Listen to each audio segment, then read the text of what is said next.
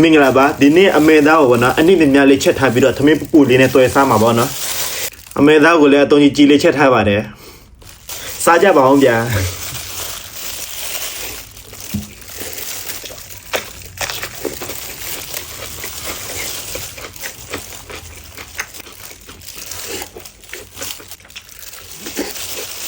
အရသာကောင်းချက်တော့ရင်ထဲတော့သိတယ်ဒီလိုအရသာနဲ့ဆိုသမင်းကတော့တအိုးလောက်ပုံတော့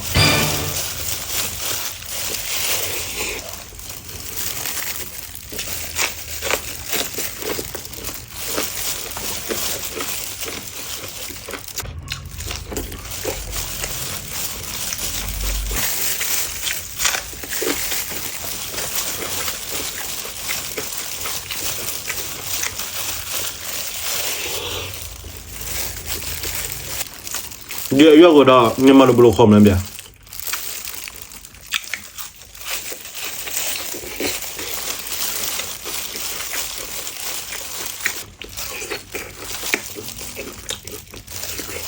ရှယ်ကွန်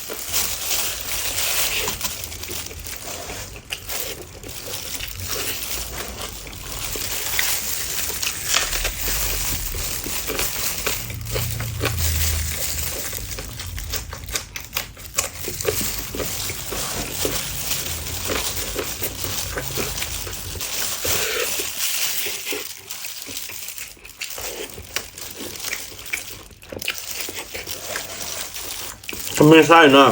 တို့ကြမ်းများဒီမှာပူရအရသာဖြစ်